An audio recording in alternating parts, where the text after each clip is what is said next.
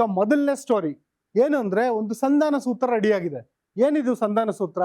America, Iran ಮತ್ತೆ Israel ಯುದ್ಧ ಏನ್ ನಡೀತಾ ಇದೆ, ಆ ಯುದ್ಧಕ್ಕೆ ಸಂಬಂಧಪಟ್ಟಂತೆ ಒಂದು 3 ಸೂತ್ರಗಳ ಒಂದು ಸಂಧಾನ ಸೂತ್ರ ರೆಡಿಯಾಗಿದೆ. ಈ ಸಂಧಾನ ಸೂತ್ರವನ್ನ ಮುಂದೆ ಇಟ್ಟಿರೋದು ಇರಾನ್. ಇದನ್ನ ಸಂಧಾನ ಸೂತ್ರ ಅಂತ ಹೇಳಕ್ಕಾಗಲ್ಲ, ಇರಾನ್ ವಿಧಿಸಿರುವಂತ 3 ಷರತ್ತುಗಳು ಅಂತ ಹೇಳ್ಬೋದು. ಏನು ಆ ಷರತ್ತುಗಳು ನೋಡೋಣ ಒಂದೊಂದಾಗಿ. ಇರಾನ್ ಅಧ್ಯಕ್ಷ ಮಸೂದ್ ಪೆಜಶ್ಕಿಯಾನ್ ಏನಿದ್ದಾರೆ, ಅವರ ಸಾರಥ್ಯದಲ್ಲಿ ಬಂದಿರುವಂತ ಸಂಧಾನ ಸೂತ್ರ ಇದು. ಅಂದ್ರೆ ಇರಾನ್ನ ಸರ್ವಾಧಿಕಾರಿ ಅಯಾತುಲ್ಲಾ ಖಮೇನಿ ಏನಿದ್ರು, ಅವರ ಮರಣಾನಂತರ ಅವರ ಮಗ ಮುಸ್ತಫಾ ಖಮೇನಿ ಅಧಿಕಾರಕ್ಕೆ ಬಂದಿದ್ದಾರೆ. ಆದ್ರೆ ಆತ ಎಲ್ಲೂ ಅಧಿಕೃತವಾಗಿ ಬಹಿರಂಗವಾಗಿ ಕಾಣಿಸ್ಕೊಂಡಿಲ್ಲ. ಆದ್ರೆ ಈ ಒಂದು ಸಂಧಾನ ಸೂತ್ರವನ್ನ ರೂಪಿಸಿರೋದಾರಂದ್ರೆ ಇರಾನ್ನ ಅಧ್ಯಕ್ಷರಾದಂತಹ ಪೆಜಶ್ಕಿಯಾನ್ ಅವರು ಈ ಸಂಧಾನ ಸೂತ್ರವನ್ನ ರೂಪಿಸಿದ್ದಾರೆ. ಹಾಗಾದ್ರೆ ಏನಿದೆ ಈ ಸಂಧಾನ ಸೂತ್ರದಲ್ಲಿ?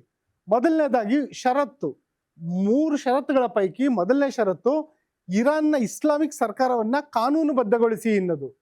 ಏನ್ ಕಾನೂನುಬದ್ಧಗೊಳಿಸಿ? ಇರಾನ್ನಲ್ಲಿ ಇಸ್ಲಾಮಿಕ್ ಸರ್ಕಾರ ಇದೆ, ಅದಕ್ಕೆ ನೀವು ಒಂದು ಕಾನೂನು ಮಾನ್ಯತೆಯನ್ನ ಕೊಡಬೇಕು. ನಮ್ಮ ಸರ್ಕಾರವನ್ನೇ ಒಪ್ಪಲ್ಲ ನೀವು ಅಂದ್ರೆ ಹೆಂಗೆ? ನಾವು ಒಂದು ಇಸ್ಲಾಮಿಕ್ ಶರಿಯಾ ಕಾನೂನು ಅನ್ವಯ, ಶಿಯಾ ಕಾನೂನು ಅನ್ವಯ ನಾವೊಂದು ಸರ್ಕಾರವನ್ನ ನಡೆಸ್ತಾ ಇದೀವಿ. ನಮ್ಮಲ್ಲಿ ಸರ್ವೋಚ್ಚ ನಾಯಕ ಏನಿದ್ದಾರೆ ಅವರೇ ನಮ್ಮ ಸಂವಿಧಾನ.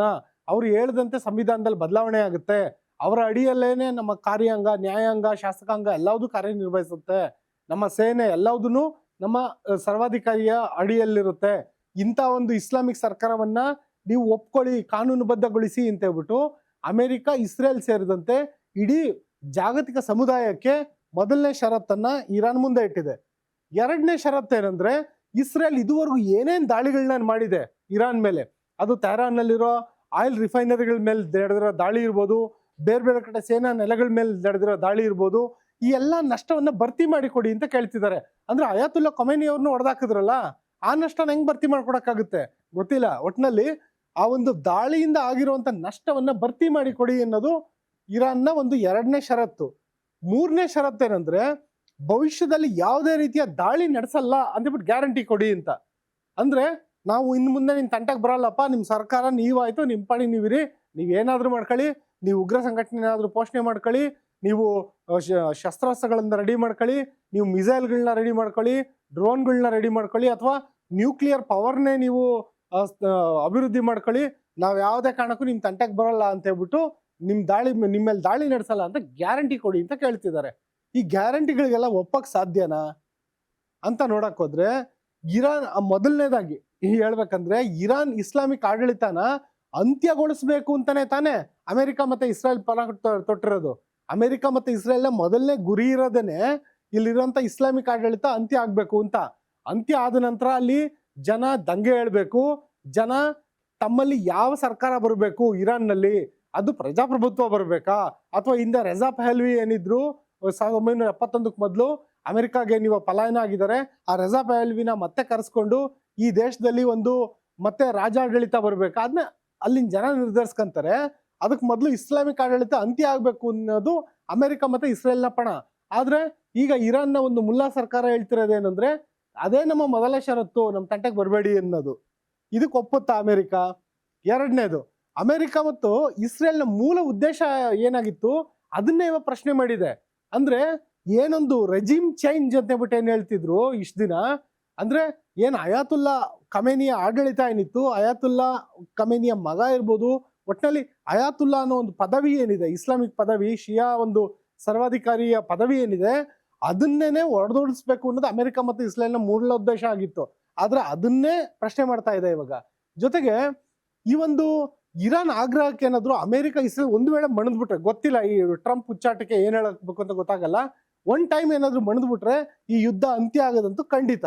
ಆದ್ರೆ ಈ ಇರಾನ್ ದಾಳಿಯಿಂದ ಅಮೆರಿಕ ಮತ್ತೆ ಇಸ್ರೇಲ್ ದೇಶಕ್ಕೂ ಹಾನಿಯಾಗಿದೆಯಲ್ಲ, ಇವ್ರದ್ದೆಲ್ಲಾ ಷರತ್ತುಗಳ ಪೈಕಿ ಎರಡನೇ ಷರತ್ತು ಏನಿದ್ದು, ನಮ್ಗೇನ್ ನಷ್ಟ ಆಗಿದೆಯೋ ಅದರದ್ದು ಹಾನಿಯಾಗಿರುವಂತಹ ಒಂದು ನಷ್ಟವನ್ನ ಮರುಭರ್ತಿ ಮಾಡ್ಕೊಡಿ ಅಂತ. ಹಾಗೆ ನೋಡಿದ್ರೆ ಇರಾನ್ ಅಮೆರಿಕದ ನೆಲೆಗಳ ಮೇಲೂ ದಾಳಿ ಮಾಡಿದೆ, ಇಸ್ರೇಲ್ ಮೇಲೂ ದಾಳಿ ಮಾಡಿದೆ.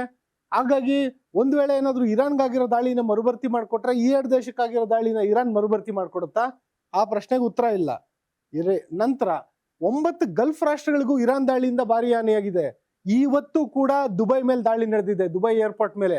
ಕುವೈತ್ ನಲ್ಲಿ ಜನವಸತಿ ಪ್ರದೇಶಗಳ ಮೇಲೆ ದಾಳಿ ನಡೆದಿದೆ, ಕತಾರ್ ಮೇಲೆ ದಾಳಿ ನಡೆದಿದೆ, ಬಹ್ರೇನ್ ಮೇಲೆ ದಾಳಿ ನಡೆದಿದೆ, UAE ನಲ್ಲಿ ಅಬುದಾಬಿ ಮೇಲೆ ದಾಳಿ ನಡೆದಿದೆ. ಮತ್ತೆ ಸೌದಿ ಅರೇಬಿಯಾದಲ್ಲಿ ಅರಾಮ್ಕೋ ಅಂತ ಒಂದು ಅತಿ ದೊಡ್ಡ ಆಯಿಲ್ ರಿಫೈನರಿ ಮೇಲೆ ದಾಳಿ ನಡೆದಿದೆ. ಈ ಎಲ್ಲಾ ದಾಳಿಗಳಿಗೂ ಹೊಣೆ ಯಾರು? ಇರಾನ್. ಈ ಇರಾನ್ ಇವಾಗ ಅದ್ರ ನಷ್ಟನು ಮರುಭರ್ತಿ ಮಾಡ್ಕೊಡುತ್ತಾ? ಗೊತ್ತಿಲ್ಲ. ಒಂದು ವೇಳೆ ಏನಾದ್ರು ನಷ್ಟ ಪರಿಹಾರನ ಅಮೆರಿಕ ಮಾತ್ರ ಇರಾನಿ ಮರುಭರ್ತಿ ಮಾಡ್ಕೊಡುತ್ತಾ ಅಥವಾ ಇರಾನ್ ಕೂಡ ವಾಪಸ್ ಕೊಡುತ್ತಾ? ಇದು ಕೂಡ ಒಂದು ವೇಳೆ ಸಂಧಾನ ಮಾತುಕತೆ ಟೇಬಲ್ ಅಲ್ಲಿ ಕೂತ್ಕೊಂಡ್ರೆ ಅವಾಗ ಇವೆಲ್ಲ ಚರ್ಚೆ ಬಂದೇ ಬರುತ್ತೆ. ನಷ್ಟ ಮರುಭರ್ತಿ ಅನ್ನೋದು ಹುಡುಗಾಟದ ವಿಚಾರ ಅಲ್ಲ. ಯಾಕೆಂದ್ರೆ ಇದೇ ಮೊದಲನೇ ವಿಶ್ವ ಯುದ್ಧದ ಬಳಿಕ ಏನೊಂದು ಜರ್ಮನಿಗೆ ನಷ್ಟ ಮರುಭರ್ತಿ ಮಾಡ್ಕೊಡಿ ಅಂತ ಹೇಳ್ಬಿಟ್ಟು ಇಡೀ ವಿಶ್ವ ಏನು ಒತ್ತಡ ಇರ್ತು, ಆ ಒತ್ತಡದಿಂದನೇ 2ನೇ ಮಹಾಯುದ್ಧ ಸೃಷ್ಟಿ ಆಯ್ತು. ಅದನ್ನ ಮರೆಯಂಗಿಲ್ಲ. ಹಾಗಾಗಿ ನಷ್ಟ ಮರುಭರ್ತಿ ಅನ್ನೋದು ಸಣ್ಣ ವಿಚಾರ ಅಲ್ವೇ ಅಲ್ಲ. ಜೊತೆಗೆ ಈ ಅಮೆರಿಕ ಮತ್ತೆ ಇಸ್ರೇಲ್ ಏನಿದೆ ಇದಕ್ಕೆ ನುಂಗಲಾರದ ತುತ್ತಾಗಿರೋದು ಯಾಕೆ ಒಂದು ಇರಾನ್ನ ಷರತ್ತುಗಳು ಅಂದ್ರೆ, ಇರಾನ್ ಬಳಿ ಶಸ್ತ್ರಾಸ್ತ್ರ ಸಂಗ್ರಹ ಏನಿದೆ ಅದು ಡ್ರೋನ್ಗಳಾಗಿರ್ಬೋದು, ಕ್ಷಿಪಣಿಗಳಾಗಿರ್ಬೋದು, ಅವೆಲ್ಲ ಇನ್ನೂ ಇದೆಯಾ, ಖಾಲಿ ಆಯ್ತಾ, ಅದು ಗೊತ್ತಿಲ್ಲ ಯಾರಿಗೂನು. ಅಥವಾ ಈ ಒಂದು ಷರತ್ತುಗಳನ್ನ ಮುಂದಿಡ್ತಾ ಅಥವಾ ಮಾತುಕತೆ ಟೇಬಲ್ ಬರ್ತಾನೇನೆ ಮತ್ತೆ ಏನಾದ್ರು ಭಾರಿ ಪ್ರಮಾಣದ ಏನಾದ್ರು ಖಂಡಾಂತರ ಕ್ಷಿಪಣಿ ಪ್ರಯೋಗ ಮಾಡ್ಬಿಡ್ಬೋದಾ ಇರಾನ್, ಗೊತ್ತಿಲ್ಲ. ಹಾಗಾಗಿ ಅದರ ಕ್ಷಿಪಣಿ ಸಂಗ್ರಹದ ಬಗ್ಗೆ ತಿಳ್ಕೊಬೇಕಾಗಿದೆ. ಜೊತೆಯಲ್ಲೇ ಅಮೆರಿಕ ಮತ್ತೆ ಇಸ್ರೇಲ್ ಬಳಿ ಇಂಟರ್ಸೆಪ್ಟರ್ ಕ್ಷಿಪಣಿಗಳು ಬರಿದಾಯ್ತಾ ಅಂತ. ಏನಂದ್ರೆ ಇರಾನ್ ದಾಳಿ ನಡೆಸಿದಂತ ಸಂದರ್ಭದಲ್ಲಿ ಆ ದಾಳಿನ ತಡೆಯೋದಕ್ಕೆ ಇವ್ರ ಬಳಿ ಏನು ವಾಯು ರಕ್ಷಣಾ ವ್ಯವಸ್ಥೆ ಇದೆ ಅದಕ್ಕೆ ಬಳಸುವಂತ ಇಂಟರ್ಸೆಪ್ಟರ್ ಕ್ಷಿಪಣಿಗಳೇನಾದ್ರು ಬರಿದಾಗ್ಬಿಟ್ರೆ, ಒಂದು ವೇಳೆ ಖಾಲಿ ಆದ್ರೆ ಅವಾಗ ಇರಾನ್ ಇನ್ನೂ ಮತ್ತೆ ದಾಳಿ ನಡೆಸ್ಬೋದು. ನಮ್ಮ ಹತ್ರ ಆ ದಾಳಿ ತಡೆಯೋ ಸಾಮರ್ಥ್ಯ ಇಲ್ಲ ಅನ್ನೋ ಕಾರಣಕ್ಕೆ ಏನಾದ್ರು ಷರತ್ತುಗಳಿಗೆ ಒಪ್ಪಬಹುದೇನೋ. ಆದ್ರೆ ಇಂಟರ್ಸೆಪ್ಟರ್ ಮಿಸೈಲ್ ಅವ್ರ ಹತ್ರ ಖಾಲಿ ಆಯ್ತೋ ಇಲ್ವೋ ಗೊತ್ತಿಲ್ಲ ಅದಿನ್ನು. ಈ ಎಲ್ಲಾ ಕಾರಣಗಳಿಂದಾಗಿ ಇನ್ನೊಂದು ಇಲ್ಲಿ ಪ್ರಮುಖವಾದ ಒಂದು ವಿಚಾರ ಏನಾಗುತ್ತೆ ಅಂದ್ರೆ, ಒಂದು ಕಡೆ ಇರಾನ್ನ ಒಂದು ಷರತ್ತು, ಮತ್ತೊಂದು ಕಡೆ ಅಮೆರಿಕ ಮತ್ತೆ ಇಸ್ರೇಲ್ನ ವಾದ ಸರಣಿ. ಇವೆಲ್ಲದ್ರ ಮಧ್ಯ ಈ ಉಚ್ಚಾಟ ಮಾಡ್ತಿರೋಂಥ ಟ್ರಂಪ್ ಕ್ಷಣಕ್ಕೊಂದು ಹೇಳಿಕೆ ನೀಡ್ತಾರೆ. 24 ಗಂಟೆಗಳಲ್ಲಿ ಟ್ರಂಪ್ ನೀಡಿರೋ ಹೇಳಿಕೆಗಳನ್ನ ಗಮನಿಸಿದ್ರೆ, ಮೊದಲನೇ ಸತಿ ನಮ್ಮ ಯುದ್ಧ 20 ಟೈಮ್ ಹೆಚ್ಚಿನ ಮಟ್ಟದಲ್ಲಿ ಹೊಡಿತೀವಿ ಅಂತ ಹೇಳಿದ್ರು. ಆ ನಂತರ ಮಾತುಕತೆಗೆ ಸಿದ್ಧ ಅಂದ್ರು. ಆ ನಂತರ ಇರಾನ್ ಮೇಲೆ ದಾಳಿಗೆ ಸಿದ್ಧ ಅಂದ್ರೆ ಆತನ ನಿಲುವಲ್ಲಿ, ಆತನ ಮಾತುಕತೆಗಳಲ್ಲಿ ಬದಲಾವಣೆಗಳಾಗ್ತಿದೆ. ಹಂಗಾಗಿ ಈ ಅಂತಿಮ ನಿಲುವೇನು ಟ್ರಂಪ್ ಅನ್ನೋದೇ ಇಲ್ಲಿ ಇರುವಂತ ಮೊದಲನೇ ಸಮಸ್ಯೆ. ಈ ಮೊದಲನೇ ಸಮಸ್ಯೆಗೆ ಉತ್ತರ ಇಲ್ಲ ಅಂತ ಆದಾಗ ಇರಾನ್ ಜೊತೆಗೆ ಮಾತುಕತೆ ಹೇಗೆ ಸಾಧ್ಯ? ಜೊತೆಗೆ ಒಂದು ವೇಳೆ ಏನಾದ್ರು ಟ್ರಂಪ್ ಯುದ್ಧ ನಿಲ್ಸಕ್ ಮುಂದಾಗ್ಬಿಟ್ರು ಅನ್ಕೊಳ್ಳಿ, ಅವಾಗ ನೆತನ್ಯಾಹು ನಿಲ್ವೇನಾಗ್ಬೋದು? ಯಾಕೆಂದ್ರೆ ನೆತನ್ಯಾಹು ಸಾರಥ್ಯದ ಒಂದು ಇಸ್ರೇಲ್ ಇರಾನ್ ವಿರುದ್ಧ ಹೋರಾಟ ಮಾಡ್ತಿರೋದು ತನ್ನ ಎಕ್ಸಿಸ್ಟೆನ್ಸ್ಗೋಸ್ಕರ, ಅಂದ್ರೆ ತನ್ನ ಅಸ್ತಿತ್ವವನ್ನು ಉಳಿಸ್ಕೊಳ್ಳೋದಕ್ಕೋಸ್ಕರ.